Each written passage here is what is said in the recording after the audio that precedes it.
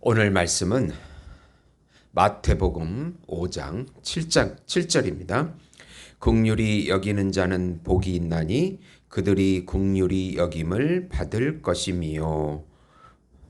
아멘. 네. 긍휼히 여기는 자라는 제목으로 은혜를 나누고자 합니다. 사랑하는 성도 여러분, 한 사회가 도덕적 타락이 심해지면 나타나는 현상이 있습니다. 예수님에 대한 사랑이 식어지고 이웃을 향한 사랑이 식어진다는 것입니다.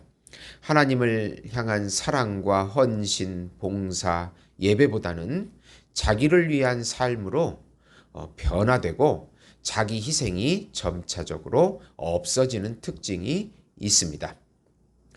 그리고 또 이웃 관계에 있어서도 자기가 먼저이고 자기 중심성이 심해져서 이웃의 고통에 대해서는 관심이 식어지는 그런 특징을 나타내고 있습니다.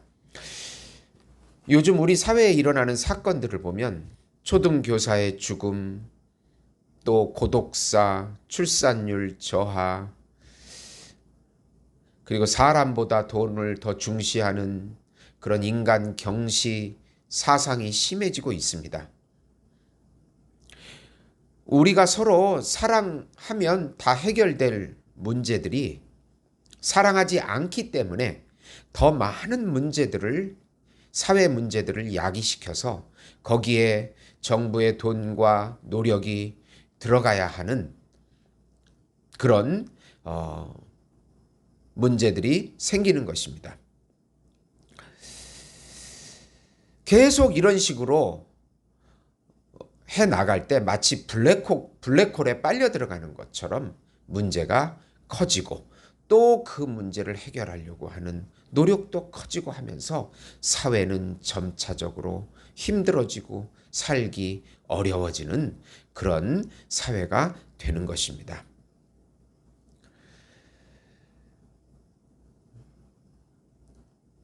하나님께서는 하나님 나라의 백성들에게 긍휼이라고 하는 것을 가르쳐 주고 계십니다. 이 긍휼이라는 단어는 라함이라는 단어인데 불쌍히 여김, 동정, 자비라는 뜻입니다. 이 팔복의 5번째, 긍휼히 여기는 자는 긍휼히 여김을 받을 것이미요 라고 말씀하고 있습니다. 어려운 이웃에게 긍휼을 나타내어 신적인 긍휼을 받아 누리라는 내용입니다. 우선 어려운 이웃을 불쌍히 여기며 실제로 구원의 긍휼을 베풀어라. 인자 헤세드라는 구약의 핵심 단어가 있는데 이것은 하나님의 성품을 공의와 함께 하나님의 성품을 의미합니다. 이 인자라는 단어는 이 단어 속에 사랑이라는 단어와 자비라는 단어와 긍휼이라는 단어와 은혜라는 모든 것을 포함하는 단어가 바로 인자입니다. 긍휼은 아까 히브리어로 라함이지만 헬라어로 엘레오스, 자비라는 뜻입니다. 고난에 처한 상대를 불쌍히 여기는 감정을 의미합니다. 그 감정뿐 아니라 상대의 고난을 제거하는 구체적인 행동까지 포함하는 것이 긍휼입니다.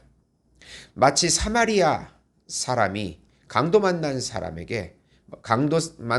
만났을 때 불쌍하다 하고 그냥 가면 긍휼이 아니고 그 사람처럼 불쌍히 여겨서 호텔에 데려다 주고 경비를 지불하고 그 모든 일련의 과정을 바로 긍휼이라고 할 수 있습니다.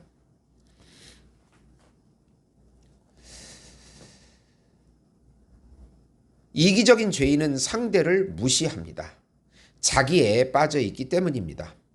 그러나 예수님을 품고 있는 하나님의 자녀들은 긍휼한 마음이 있습니다.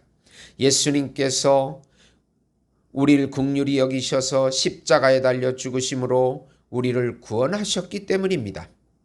하나님 나라의 왕이신 예수님께서 긍휼의 마음을 주셔서 상대를 불쌍하게 여기게 하시고 구원하도록 이끌어 주십니다. 우리는 빚진 자의 심정으로 긍휼을 베풀어야 합니다. 우리의 것으로 희생과 봉사를 나누는 것입니다. 중요한 것은 우리의 순종입니다. 긍휼히 여기라는 말씀 속에 긍휼을 성취하시는 분이 바로 우리 안에 예수님이십니다. 성령의 감화 감동으로 이루어집니다.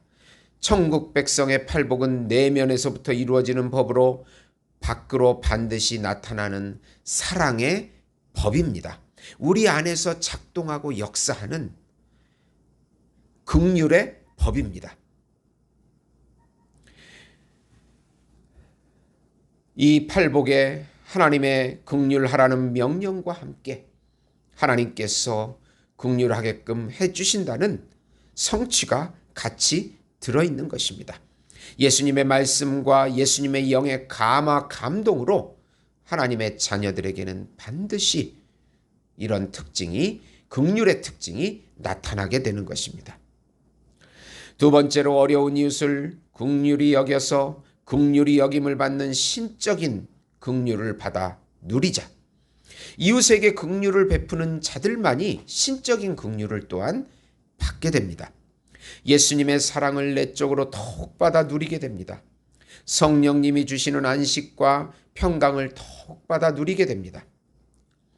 완전한 긍휼은 바로 예수님의 재림시에 영원한 나라에서 반드시 누리게 됩니다. 우리가 긍휼히 여기지 않으면 신적인 긍휼을 지금 여기서 받아 누리지 못합니다. 이웃에 대하여 눈 감는 양심의 고통을 맛보게 됩니다. 그저 불쌍하다 말하고 구체적인 행동이 없다면 신적인 긍휼을 우리도 입지 못하게 되는 것입니다. 긍휼하도록 인도하시는 분은 우리 안에 바로 예수님이십니다. 예수님의 긍휼을 깊이 인식하고 구체적으로 긍휼을 실천해 나아가야 합니다. 그러면 우리 안에도 신적인 긍휼이 점차적으로 커져가고 쌓여져가고 움직이기 시작합니다. 이것은 천국을 지금 여기서 맛본다는 그런 의미가 되는 것입니다. 우리 주변에 수많은 슬픈 소식들을 듣고 있습니다. 우리가 할 수 있는 긍휼을 찾아서 나누라는 명령이 성령의 음성입니다. 그러면 하나님께서 우리에게 긍휼로 수많은 것들을 채워주실 것입니다. 그 채워지는 긍휼로 이웃에게 긍휼을 또 나누어 주는 것입니다. 이것은 세상 사람들이 전혀 알 수 없는 놀라운 삶의 비결이요 영적인 기쁨입니다. 긍휼의 삶을 통해서 신적인 긍휼을 마음껏 누리시기 바랍니다. 긍휼히 여기는 자만이 하나님이 주시는 놀라운 신적인 긍휼을 누리게 해 주십니다. 우리가 어려울 때 오히려 조금이라도 구제를 한다면 하나님께서 우리를 구제시켜 주십니다. 우리의 어려움을 해결해 주십니다. 한 가지 예지만 어려운 가난한 이들에게 구제할 때 하나님께서 놀랍도록 우리의 것들을 채워주시는 것입니다. 요셉은 감옥에서도 죄수에게 긍휼을 베풀고 하나님께 긍휼을 입어 총리가 되었습니다. 자기를 판 형들에게 긍휼을 베풀어서 하나님의 긍휼을 입어 하나님의 나라를 세우는 놀라운 일꾼이 됩니다. 억울하고 힘든 상황에서도 긍휼의 마음을 잃지 말고 도울 때 하나님의 긍휼을, 신적인 긍휼을 받아 누리는 것입니다. 이것은 놀라운 비밀입니다. 하나님의 백성들만이 누릴 수 있는 놀라운 하나님의 은혜인 것입니다. 어려운 때일수록 마음의 문을 닫지 마시고 더더욱 긍휼을 베풀어서 놀라운 하나님이 주시는 긍휼을 입고 누리는 우리 예수목장교회 성도 여러분이 되시기를 예수님의 이름으로 축원드립니다. 하나님 아버지 감사합니다. 긍휼히 여기는 자만이 하나님의 신적인 긍휼을 받아 누리게 됩니다. 우리가 힘들수록 마음을 닫지 말고 더더욱 이웃에게 마음을 열고 긍휼을 베풀도록 성령께서 역사해 주시옵소서. 하나님께서 우리 교회와 우리 성도들의 가정을 채워주시는 것을, 긍휼로 채워주는 것을 보고 듣게 해주시옵소서. 우리를 강팍하게 하고 완악하게 하는 더러운 영은 예수의 이름으로 떠나가게 해주시옵소서. 예수님의 이름으로 기도드리옵나이다. 아멘.